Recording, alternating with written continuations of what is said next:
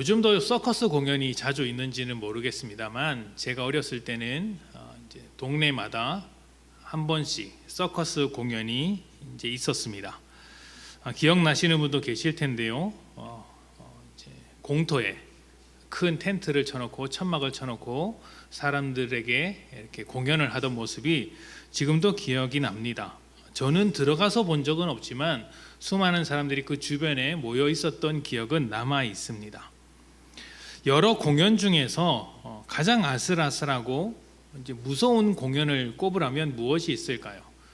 공중제비를 도는 고개 공연도 있을 것이고 칼을 들고 불을 다루는 공연도 있겠지만 무서운 동물들, 맹수들과 함께하는 공연도 무시하지 못할 만큼 두렵고 무서운 또 놀랄만한 공연이라고 생각을 합니다. 아주 가까운 자리에서 호랑이와 곰과 같은 맹수들이 이렇게 공연을 펼치고 있는 것을 보면 참 신기하다는 생각이 듭니다. 저는 직접 보지는 못하고 이제 명절에 TV나 여러 가지 매체를 통해서 접한 적이 있는데요.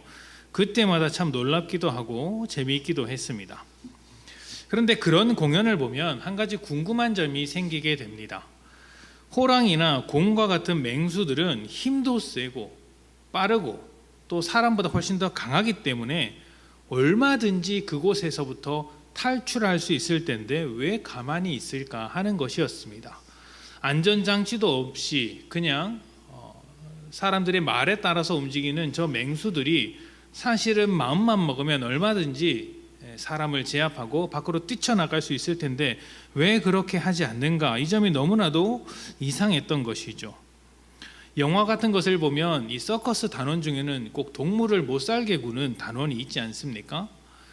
그렇게 실제로 그렇지는 않더라도 감옥에 gat혀서 사는 것보다 자유롭게 뛰어노는 것이 그 맹수들에게도 훨씬 더 좋은 일일 텐데 왜 그렇게 하지 않는지, 탈출하려고 하지 않는지 그게 참 궁금했던 거예요. 나중에 이유를 알게 되었는데 그 동물들에게 무기력이 씌워져 있었기 때문이라고 합니다. 무기력함이 동물들의 어떤 심리 상태라고 할까요? 그것을 지배하고 있기 때문에 도망갈 생각조차 하지 않는다는 것이죠. 이런 것입니다. 코끼리 같은 경우는 힘이 굉장히 세기 때문에 사슬로 묶어두기가 거의 불가능합니다. 기둥에 묶어두더라도 그 기둥을 뽑고 이렇게 움직일 수 있을 만한 힘을 가지고 있으니까 무슨 소용이겠습니까?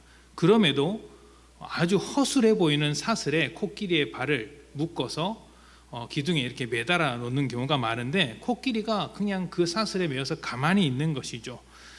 어떻게 이런 일이 가능할까 생각을 해보면 이런 코끼리를 통제하는 법이 아주 어렸을 때부터 사슬에 묶어두는 것이라고 합니다.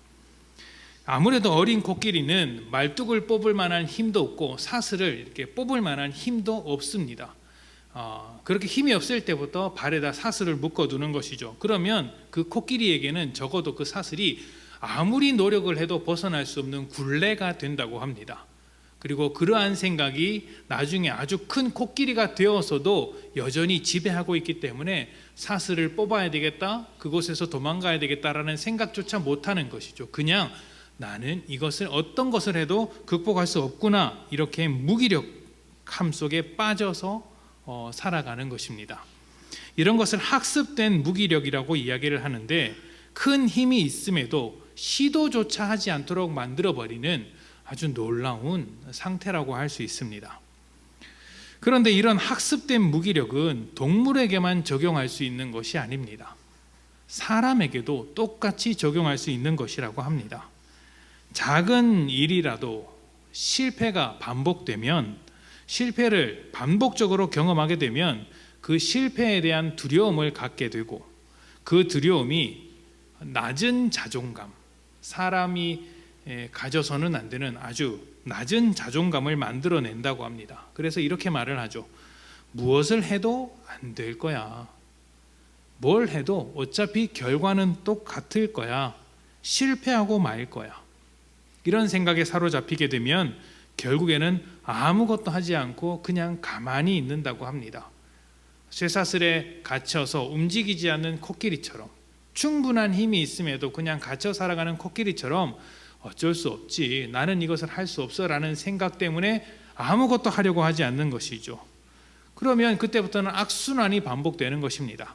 뭔가 다른 것을 해야 변화가 찾아올 텐데 이전과 똑같은 삶을 살면서 여전히 무기력한 상태로 계속해서 실패하게 되고 또 그 실패로 인해서 더 무기력하게 되는 악순환이 반복된다는 것이죠. 이러한 무기력, 학습된 무기력이 아주 많은 사람들에게 나타날 수 있고 또 우리와 가까운 사람들에게도 나타날 수 있습니다. 특히 자녀들에게 그렇게 나타날 수 있죠. 부모로부터 오는 어떤 깊은 좌절감이 반복될 때 학습된 무기력 상태에서 살아가게 됩니다. 또 요즘 같아서는 학교가 어렸을 때부터 경쟁 시스템으로 돌아가고 있기 때문에 이러한 환경은 또 아이들에게 학습된 무기력을 만들어내죠. 그러니까 늘 이제 지거나 성적이 낮은 아이들은 그러한 상황 속에서 무기력한 삶을 살게 되는 것입니다.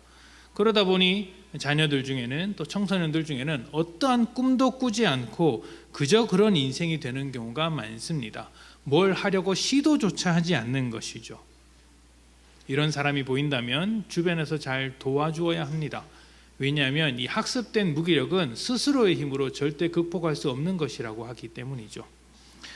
그런데 이렇게 많은 사람들이 무기력한 삶을 살아갈 수 있는 가운데 특히 고난을 당하고 있는 그리스도인에게도 무기력한 어떤 그 증세가 찾아올 수 있다는 것입니다. 삶이 만만하지 않고 또 믿음으로 도전했던 것들이 꺾여버릴 때 이 세상에서 하나님의 뜻이 이루어지는 것은 보이지 않고 오히려 실패하는 것처럼 보이게 될 때 믿지 않는 자들이 승리한 것 같은 요즘과 같은 시대는 그리스도인들이 무기력을 학습하기에 가장 좋은 시대가 아닌가 생각을 해봅니다. 사실 생각해 보면 세상은 언제나 그리스도인들을 실패하도록 유혹했습니다. 세상이 만들어질 때부터 그랬습니다. 하나님께서 처음 세상을 지으셨을 때 선악과를 앞에 두고 아담과 하와에게 속삭였던 그 내용, 사단이 속삭였던 것은 하나님의 뜻대로 사는 것이 아니라 하나님의 뜻대로 사는 것이 훨씬 더 복되다는 것이었습니다. 하나님의 뜻이 사람의 뜻보다 못하다는 것이었죠. 그래서 스스로 선악을 분별해라, 스스로 선악을 분별하는 기준이 되어라 라고 말하지 않습니까? 하나님은 부당하고 실패한 존재이니 네 스스로의 삶을 만들어 가야 한다. 이것이 사단의 속삭임이었습니다. 그런데 실제는 어떻습니까? 그 말 자체가 거짓말이었죠. 하나님은 여전히 선하신 분이시고 우리를 유익하게 하시는 분이십니다. 하나님의 뜻대로 살아가는 것이 사람의 뜻대로 살아가는 것보다 훨씬 더 복되다는 것이 성경의 결론이죠. 그럼에도 사단은 우리가 하나님의 뜻대로 살아갈 수 없도록 계속해서 실패의 길로 유혹하고 있는 것입니다. 어떻게 유혹하는지 아십니까? 다양합니다. 방법은 정말 다양해요. 사단의 입장에서 보자면 하나님의 뜻대로 살지 못하게 하기만 하면 되기 때문에 하나님과의 관계가 멀어지도록 만들기만 하면 되기 때문에 어떠한 방법과 모양이라도 상관이 없는 거예요. 때로는 힘과 공포라는 것으로 이제 믿는 자들을 몰아붙이기도 합니다. 예를 들면 국가 권력이나 정치적, 군사적인 힘으로 복음을 핍박하고 복음을 가진 교회를 핍박하는 것이죠. 초대교회가 이런 위험에 많이 노출되었습니다. 로마라는 초강대국이 어떤 정치적인 이유로 또 사회적인 이유로 교회를 핍박했고 많은 그리스도인들이 목숨을 잃어버렸습니다. 지금도 비슷한 일이 전 세계 곳곳에서 일어나고 있습니다. 핍박받는 선교사님들이나 또 사회적으로 어려움을 당하고 있는 교회들이 그렇다라고 말할 수 있겠죠. 반대적인 모습도 있는데요. 부와 명예를 주는 방법으로 유혹을 하는 것입니다. 세상에서 인정받는 길을 알려주면서 그 길을 따라가게 만드는 거예요. 하나님을 포기해도 얼마나 좋은 인생이냐, 살아갈 만한 인생이냐라고 말하면서 그 길로 유혹합니다. 그리고 그 길에서 더 이상 벗어나지 못하도록 여러 가지 성공으로 잘 묶어두는 거예요. 봐라, 네 인생 이렇게 빛나지 않느냐, 이렇게 잘 묶어두는 것이죠. 이런 일들은 아무래도 초대교회보다는 현대사회에서 많이 일어나는 것 같습니다. 현대 사회에는 이제 탐욕과 물질이 최고의 가치로 여겨지고 있기 때문에 지금 시대는 이제 오히려 그런 것을 쫓아가게 계속해서 유혹을 하죠. 그래서 복음으로 살아가는 사람들을 무시하고 복음을 대신할 것들이 너무나도 많이 있지 않느냐고 우리에게 묻습니다. 참 어리석다. 왜 이제 복음으로 살아가느냐, 교회로서 살아가느냐, 이렇게 질문을 던지는 것이죠. 여기에 빠져들면 이제 교회가 변질되기 시작하는 거예요. 교회를 모이지 못하게 하는 것이 아니라 이 교회 모임 자체를 변질시켜서 하나님과의 관계를 멀어지게 만드는 방법도 사용할 수 있는 것이죠. 그러다 보니 물질주의에 물든 교회가 나오게 되고 또 정치 세력화된 교회도 나오게 되는 것입니다. 하나님 없어도 이 교회에게 의미가 되는 것들이 있구나, 물질로서 충만하고 빛나는 모임이 되었다, 또 정치 세력화되어서 세상 가운데 강력한 발언권을 가지는 교회가 되었다 말할 수 있는 것이죠. 하나님이 없어도 얼마나 빛나냐, 이렇게 말을 하는 것입니다. 사단의 목적은 편하게 살지 못하도록 하는 것이 아닙니다. 하나님의 뜻대로 살지 못하도록 하는 것이죠. 그것을 이루기 위해서라면 얼마든지 좋은 것들을 줄 수가 있습니다. 하나님의 통치, 하나님과의 관계에 대하여 더 이상 의미를 부여하지 못하도록 반복적으로 믿음의 실패를 경험하게 만들고 믿음의 성공이 아닌 또 다른 세상의 성공을 보여주면서 더 이상 믿음은 값어치가 없다, 세상 안에 머물라고 유혹하는 것이죠. 여기에 빠져서 이제 믿음의 실패를 경험하게 되고 무기력을 학습하게 되면 어떻게 되는지 아십니까? 믿음의 무기력한 상태가 되면 어떻게 되냐면 굉장히 애매한 상태로 살아가게 됩니다. 애매한 상태로. 그러니까 일단 예수를 믿는 것 자체는 부정할 수 없기 때문에 여전히 그리스도인으로 살아가기는 합니다. 이제 물질주의에 물든 교회가 여전히 교회의 모습을 가지고 있고 여전히 하나님을 말하듯이 그리스도인들도 여전히 예수 그리스도를 말하면서 살기는 합니다. 그러나 그 믿음 자체가 무기력하기 때문에, 무기력에 빠져 있기 때문에 삶의 그 어떤 변화도 만들어내지 못하는 거예요. 그냥 가만히 있는 겁니다. 성장하지 않고 가만히 있는 것이죠. 복음을 거절하지는 않지만 그렇다고 복음을 인정하며 복음 안에서 적극적으로 살아가려는 시도를 전혀 하지 않는 것입니다. 그냥 가만히 있어도 충분하다, 괜찮다, 무기력하게 사는 것이죠. 예를 한번 들어볼까요? 우리는 매주 예배를 드립니다. 그런데 예배를 드리는 것에 실패해서 하나님과 더 깊은 관계로 발전하지 못하면 그때부터는 예배 자체가 무기력하게 되고 예배를 드려야 할 의미가 사라집니다. 그리고 이 예배가 내 삶에 아무런 영향력을 주지 않는 거예요. 그러면 어떻게 될까요? 안 드려도 그만, 드려도 그만, 그냥 가만히 있는 것이죠. 예배를 드리는 게 아니라 그냥 예배 가운데 나와서 가만히 있는 겁니다. 가만히 있어도 별 문제가 안 되거든요. 이것이 지금 우리의 예배라고 한다면 얼마나 안타까운 것일까요? 저는 목사로서 예배를 준비하는 입장입니다. 그래서 모든 성도님들이 하나님을 깊이 만나고 또 하나님의 뜻을 이 가운데서 찾을 수 있도록 인도해야 할 책임이 있습니다. 그래서 열심히 준비해야죠. 그런데 그 책임이 저에게만 있느냐 하는 것은 아닙니다. 우리 모두가 가지고 있는 책임이죠. 지금은 제가 예배 순서의 많은 부분을 맡아서 그렇지 사실은 여러분도 하나님께 참된 예배를 드려야 할 책임을 가지고 있어서 함께 준비해야 하는 것이죠. 예를 들면 순서를 맡은 분들이 있지 않습니까? 대표기도의 순서를 맡거나 아니면 우리가 간증이나 여러 가지 찬양의 순서를 맡은 분들은 그 순간을 위해서 더 하나님 앞에 나오며 준비를 해야 합니다. 당연하겠죠. 찬양팀도 그렇게 해야 하고요. 앞에서 PPT를 하는 지체들도 또 그렇게 해야겠죠. 반주를 하는 지체도 그렇습니다. 또 그런 순서를 맡지 않았다고 할지라도 그냥 우리가 앉아서 회중으로서 이 예배에 참여한다고 할지라도 예배를 준비해야 하는 책임은 똑같습니다. 삶에서부터 하나님과 함께 살면서 개인적으로 예배의 삶을 살다가 이제 주일에 함께 모이게 되면 하나님께 같은 마음으로 온전히 드리고자 하는 마음을 가지고 와야 한다는 것이죠. 드려도 그만, 안 드려도 그만이라는 무기력한 예배로 드리는 것이 아니라 이 예배를 통하여서 하나님을 더 깊이 만나고 내가 이제 하나님 앞에서 더 성장하겠다라는 어떤 의미와 내용을 가지고 예배를 드리는 것이 맞겠다 하는 생각이 듭니다.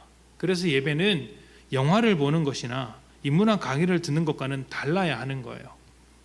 그런 것들은 내가 특별히 준비하지 않아도 됩니다. 그냥 적당한 티켓을 사서 즐기면 되는 것이죠. 마음에 들면 별점 하나 이렇게 더 달아주고 마음에 안 들면 투덜거리면서 에이 돈 아깝네 이렇게 말을 하는 것입니다. 그래도 됩니다. 내가 준비할 것은 없고 그냥 내가 받기만 하면 되는 것이기 때문이죠. 그러나 예배는 다릅니다. 예배는 하나님과 내가 만나는 시간이고 하나님과 내가 접촉하는 자리입니다. 그러니 내가 준비해야 할 것이 있죠. 준비해야 할 것이 있죠. 이 예배 가운데 즐거운 것이 있기는 하고 나에게 만족감을 주는 것이 있기는 하지만 그것이 전부는 아니라라는 겁니다.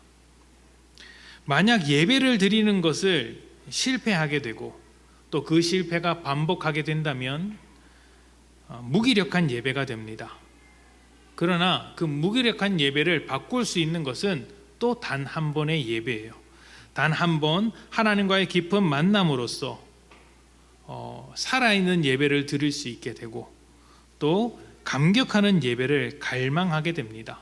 그러면 예배에 대한 갈증을 느끼고 더 준비하며 더 소망을 가지고 이 자리에 나오게 되겠죠. 우리가 믿음의 실패를 말할 때 믿음의 실패라는 것은 하나님의 통치와 하나님의 뜻을 거절하는 것이라고 말할 수 있습니다. 사단과 세상은 이것을 위해서 어떤 일이든지 할 수 있습니다. 멋들어진 성공으로 여러분을 포장할 수도 있고 조금 더 편하게 살아갈 수 있도록 만들 수도 있습니다.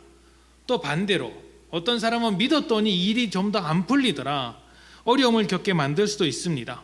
방법이야 무슨 상관이겠습니까? 하나님과의 관계가 멀어지게만 만들면 되는데 이러한 것에 걸려 넘어진 그리스도인들이 하나님의 통치보다 세상의 통치를 복되게 여기면서 하나님을 실패한 하나님으로 여기는 경우가 있습니다.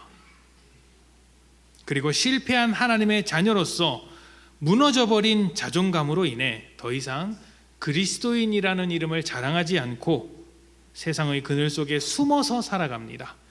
믿지 않는 것처럼 믿음의 티를 내지 않으면서 살아가는데 어쩌면 현대의 많은 그리스도인들이 그런 모양으로 살고 있는 것은 아닌가.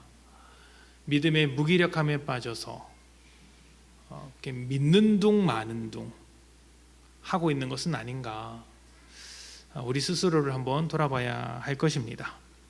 자, 그런 가운데 무기력한 믿음 가운데 살아가는 이 시대 가운데 예수님께서 이 시대를 생각하면서 우리에게 남겨주신 말씀이 있는데 그것이 오늘 본문입니다. 누가복음 21장 34절부터 36절을 다시 한번 봉독합니다. 우리 다 같이 봉독하겠습니다. 시작. 너희는 스스로 조심하라. 그렇지 않으면 방탕함과 술 취함과 생활의 염려로 마음이 둔하여지고 뜻밖의 그날이 덕과 같이 너희에게 임하리라. 이날은 온 지구상에 거하는 모든 사람에게 임하리라. 이러므로 너희는 장차 올 이 모든 일을 능히 피하고 인자 앞에 서도록 항상 기도하며 깨어 있으라 하시니라. 아멘. 자, 세상에는 항상 무엇이 있다라고 말씀하고 계시냐면 방탕과 술 취함과 생활의 염려가 있다라고 말씀을 하셨어요. 그리고 그것으로 마음이 둔하여진다라고 하시는데 이것이 저는 믿음의 무기력함에 빠진 상태를 말한다고 생각합니다. 그러니까 우리를 반복된 실패에 노출시켜서 믿음의 무기력한 상태로 만들어가게 하는 것, 마음이 둔하게 되는 것이 있는데 그것이 무엇이냐면 방탕과 술 취함과 생활의 염려라는 거예요. 방탕이라는 것은 하나님의 뜻을 잃어버린 인생들이 자기 나름대로의 가치를 쫓아 살아갈 때 방탕한다라고 말할 수 있습니다. 시간 낭비를 말하는 것인데요. 어떤 측면에서 시간 낭비냐면 이런 것들을 열심히 쫓아간들, 그러니까 하나님이 아니라 세상의 여러 가지 가치들을 나름대로 쫓아간들 하나님을 향해 갈 수는 없으니 그것이 방탕한 것이다. 시간을 허비하는 것이다. 이렇게 설명을 하는 것이에요. 그리고 그 다음으로 술 취함이 있는데, 술 취함이라는 것은 단순히 술을 마시는 문제가 아니라 쾌락에 붙들려 살아간다라는 의미입니다. 쾌락에 붙들려 살아간다. 자, 방탕이 하나님의 뜻을 잃어버려서 스스로 만들어내는 가치를 쫓아가는 것이라고 했는데, 쾌락은 그렇게 스스로 만들어낸 가치가 가지고 있는 성격을 말하고 있는 거예요. 사람들이 다 무엇을 쫓아가면서 살고 있습니까? 모든 사람이 쾌락을 쫓아가면서 살아갑니다. 모양은 다를지라도 하나같이 다 자기 만족이고 자기 유익이고 자기 위안이며 자기 쾌락에 관한 것일 뿐 하나님과 상관이 있는 것은 단 한 가지도 없습니다. 그리고 그 다음으로 나오는 것이 생활의 염려인데, 생활의 염려는 술 취함에서 깨어났을 때 이제 찾아오는 거예요. 취했을 때는 다 좋죠. 기분 좋죠. 세상 염려가 어디 있습니까? 그 모든 것을 이길 만한 용기가 막 샘솟아나지 않습니까? 그런데 막상 깨고 나면 해결된 것이 하나도 없다는 것을 알게 됩니다. 술을 마셨을 때 생겼던 용기도 사라지고 담대함도 사라지고 남아있는 건 걱정거리와 근심밖에 없죠. 염려하게 되는 것이죠. 예전에 청년 시절에 선배와 이런 대화를 한 적이 있습니다.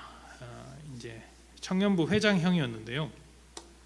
술을 마셔서 좋은 점이 무엇인가 라는 주제의 대화였습니다. 그 선배는 이제 술을 적극적으로 권장하는 청년부 회장형이었어요. 그래서 제가 청년부에 올라가자마자 대희가 술 한잔 하자. 교회에서 딱 자주 담대하게 이야기하는 겁니다.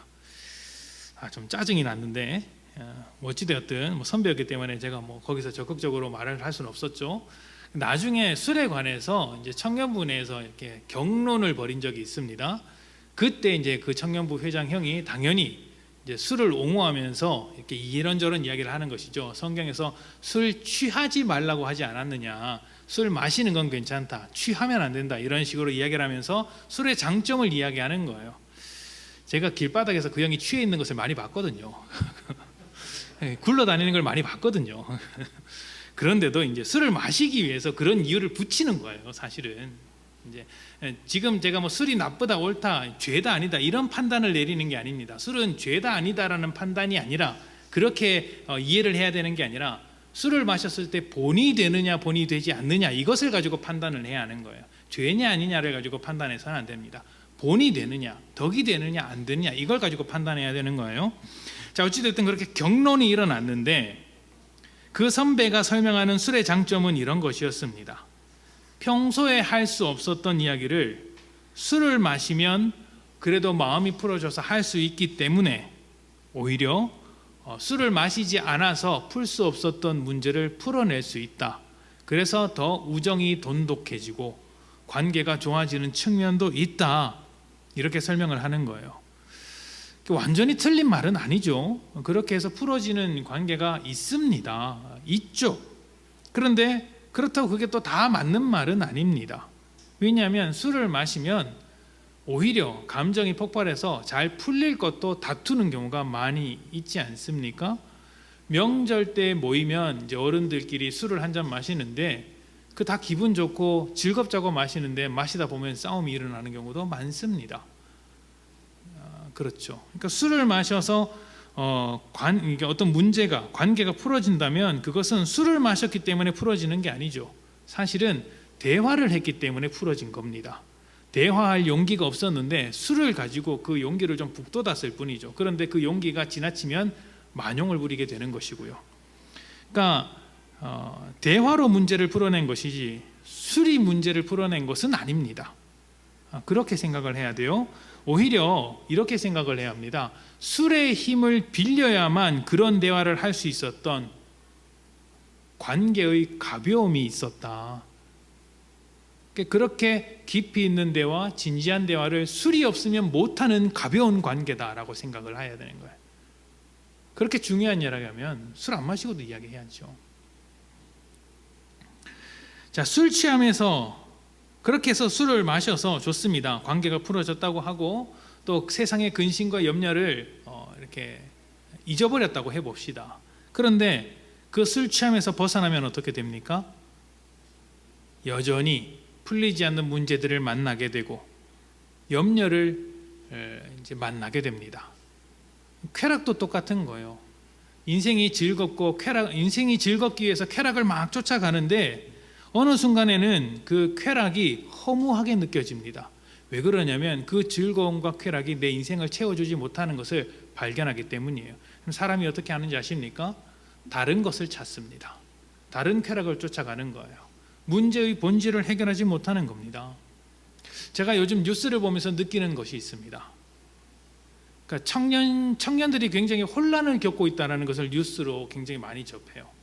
그러니까 작년까지만 해도 영끌족이라고 해서 대출을 받아서 집을 사야지만 미래를 보장받을 수 있는 것처럼 말하지 않았습니까? 작년까지만 해도 그렇게 말을 했었어요. 작년이 아니고 올해 초까지만 해도 그렇게 이야기를 했죠. 근데 금세 어떻게 변했습니까? 이제 망하게 생겼다, 이런 비명이 나오고 제발 좀 살려달라라는 이야기가 나옵니다. 불과 1년도 지나지 않았어요. 불과 1년도 지나지 않았습니다.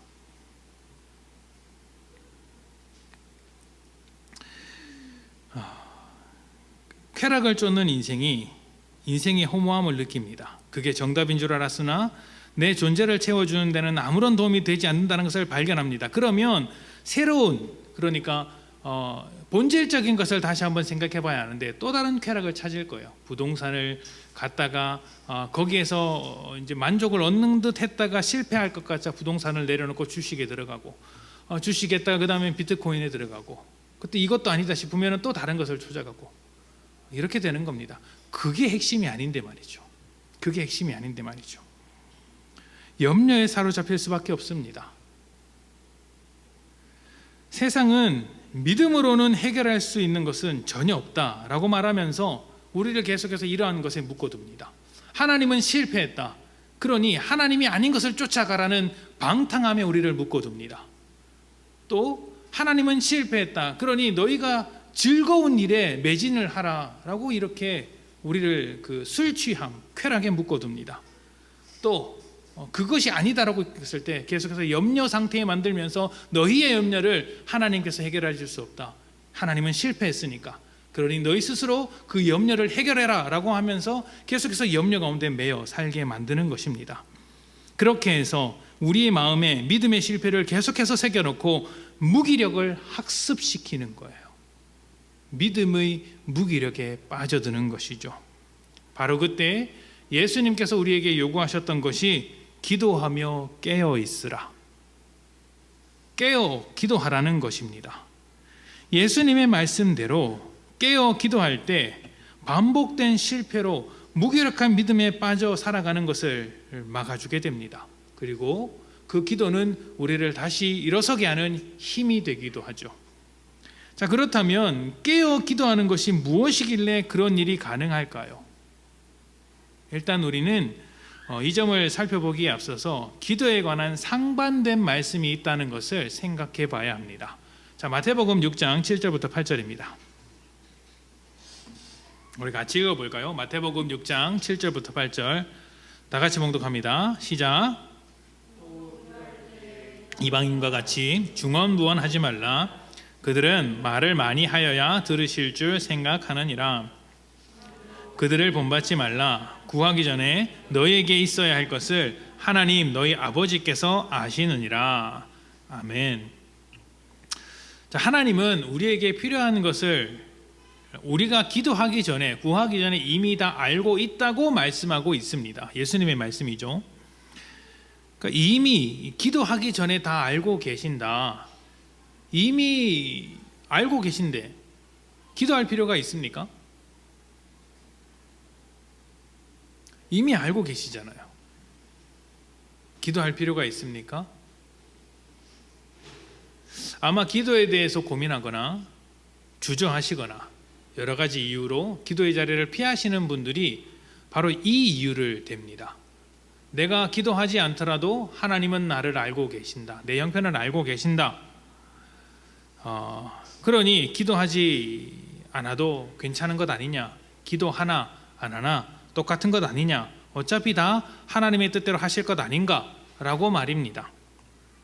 그런데 그것은 정말 기도를 오해하는 거예요. 기도는 대화입니다. 대화는 서로를 이해하기 위해서 하는 것이죠. 그런데 우리는 기도할 때 어떻게 하느냐면 하나님께서 나를 이해하지 못하는 것처럼 기도합니다. 그래서 기도할 때는 항상 답답한 측면이 있고 좀 억울한 측면이 있고 그런 것 아닙니까? 왜 내 사정을 몰라줍니까? 내 입장을 몰라주십니까? 내 형편을 몰라주십니까? 내 어려움을 몰라주십니까? 하나님, 내가 이렇게 어렵습니다라고 하면서 내 사정을 구구절절 읊어대는 게 사실은 기도의 내용의 전부예요. 그런데 그렇게 쏟아내는 기도 앞에서 하나님이 말씀하시는 거예요. 다 알고 있다. 하나님이 모르는 것처럼 기도하는 것은 이방인들의 기도이지 하나님의 자녀인 너희가 해야 할 기도는 아니다. 그렇다면 다 아시는데 왜 입 아프게 또 기도해야 합니까? 이미 아시는데 기도해야 할 이유가 있습니까? 하나님께서 하시고 싶은 말씀은 이것입니다. 나는 너를 알고 있는데 너는 나를 알고 있니? 나는 너희의 마음과 뜻과 생각과 형편을 다 알고 있는데 너희는 단 한순간도 너희를 잊은 적이 없어서 십자가에 달려 죽기까지 한 나의 마음, 나의 뜻을 생각하면서 기억하면서 살고 있니? 이것이 우리에게 기도하라고 하신 이유입니다. 기도는 내 뜻과 하나님의 뜻 사이에서 하나님의 뜻을 쫓아가는 것입니다. 그래서 대부분의 기도의 결과가 어떻게 됩니까? 여러분이 그렇게 간곡하게 기도하는 것의 내용에 그 대부분의 결론이 어떻게 납니까? 내 뜻을 구하는 것으로 기도가 시작되는데 기도의 결말에 들어가면 결국 내 뜻을 포기하고 하나님의 뜻을 구하게 됩니다. 내 뜻을 내려놓고 하나님의 뜻으로 채워지는 것으로 마무리되지 않습니까? 그 기도라는 것은 내 뜻을 굴복시켜서 하나님의 뜻 아래로 들어가는 것이고 내 힘과 능력을 내려놓고 하나님의 힘과 능력을 구하는 것으로 마무리가 됩니다. 내 때를 주장하기보다 하나님의 때를 기다리는 것으로 마무리가 됩니다. 기도라는 게 원래 그런 거예요. 원래. 예수님의 기도 생활을 생각해 보면 이것은 더 분명해집니다. 예수님은 그 어떤 사람들보다 기도를 많이 하셨고 기도를 강조하셨습니다. 그러니까 예수님은 매일 새벽, 늦은 밤, 시시때때로 틈이 날 때마다 혼자의 시간을 마련하셨고 기도하셨습니다. 그렇게 하시면서 제자들에게 혹은 그 위에 교회를 믿는 모든 믿음의 사람들에게 기도의 본을 보여주셨죠. 그런데 예수님께서 필요한 것이 있어서 기도하셨겠습니까? 그렇게 매일 기도하신 예수님께서 뭐 부족한 것을 달라고 기도하셨겠습니까? 또 하나님의 뜻을 몰라서 기도하셨겠습니까? 예수님이 곧 하나님이신데 예수님의 말씀이 하나님의 입으로부터 나오는 말씀을 받아서 하시는 말씀인데 하나님의 뜻을 모르시겠습니까? 다 아시죠? 그럼 왜 기도하셨을까요? 예수님의 기도는 억울해서 기도한 것도 아니고 하나님의 뜻을 몰라서 기도한 것이 아닙니다. 예수님의 기도는 하나님의 뜻을 더욱 붙잡기 위한 기도였어요. 그래서 예수님의 기도의 절정이 무엇입니까? 나의 원대로 마시옵고 하나님의 뜻대로 아버지의 원대로 하시옵소서, 이것 아닙니까? 하나님의 뜻을 붙잡기 위해서 기도하는 겁니다. 우리가 매일 기도하며 살아가야 하는 이유, 새벽마다 기도해야 하는 이유, 범사에 기도해야 하는 이유, 모든 일에 기도해야 하는 이유가 바로 이것입니다. 모든 일이 내가 바라는 타이밍에 내가 잘 되기 위하여 기도를 해야 하는 것이 아니라 언제나 하나님의 뜻대로 살아가기 위해서 기도해야 하는 것입니다. 그래서 기도라는 것은요, 하나님의 뜻이 우리 안에 살아있도록 하는 힘을 가지고 있습니다. 알지 못할 때 성령께서 우리의 연약함을 위하여 간구하시지 않습니까? 그래서 깨어 기도하라는 말을 정리하면 세상에 속지 않도록 주의해라. 끊임없이 세상에게 속지 않도록 주의해라. 세상과 사단의 속삭임에 넘어가서 실패한 믿음이라는 무기력에 빠져들지 마라. 그것들은 하나님으로부터 멀어지게 만들려고 믿음이 실패의 길이라고 계속해서 너희를 속일 것이다. 그러나 너희는 내가 세상에 대하여 승리한 것을 기억하며 하나님의 뜻으로 너희의 삶을 버티게 해라. 하나님의 뜻으로 적극적으로 살게 할 수 있도록, 적극적으로 하나님의 뜻을 살아갈 수 있도록 너희는 날마다 기도해라. 이것이 깨어 기도하라는 말의 의미인 거예요. 속지 마라. 그리고 하나님의 뜻을 따라 살아갈 수 있도록 계속해서 기도하라. 붙잡으라. 이런 것입니다. 믿음은요, 우리의 경험으로 다 판단할 수 없습니다. 하나님께서 왜 성경을 주셨겠습니까? 우리의 경험으로만 하나님을 다 판단할 수 있다면 그냥 계속 만나시면 되는 것 아닙니까? 근데 우리의 경험으로 하나님을 다 판단할 수 없어요. 그래서 성경을 주신 거예요. 성경이 기준이고 우리의 경험을 성경으로 해석하라는 것입니다. 성경을 통해 하나님을 이해해야죠. 경험이 하나님의 전부가 아닙니다.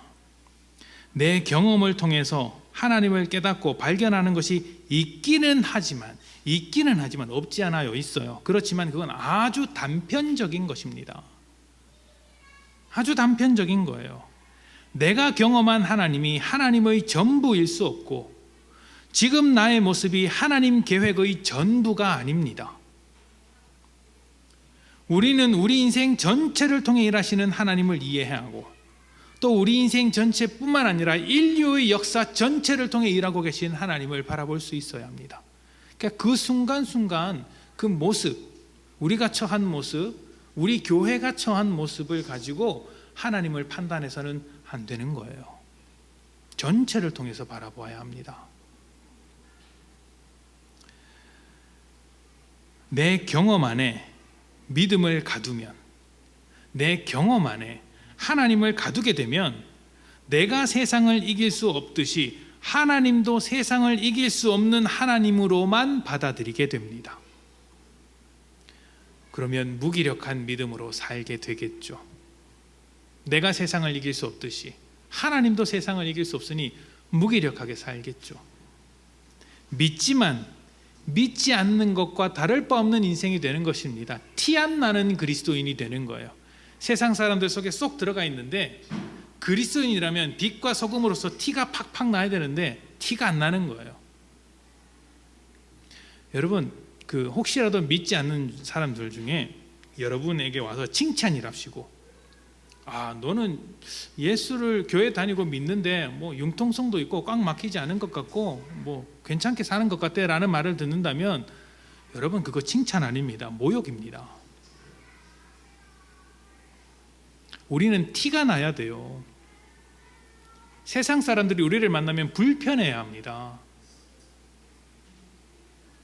우리가 그들보다 더 정직하고 우리가 그들보다 더 선하며 우리가 그들보다 더 하나님에 더 가까워야 하는데 차이가 없어서 야, 너 괜찮다라는 평가를 들으면 그 모욕적으로 들어야 합니다.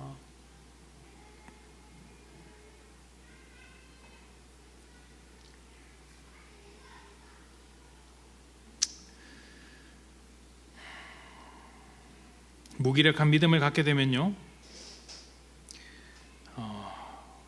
세상보다 못한 하나님을 따라갈 이유를 찾지 못하게 됩니다.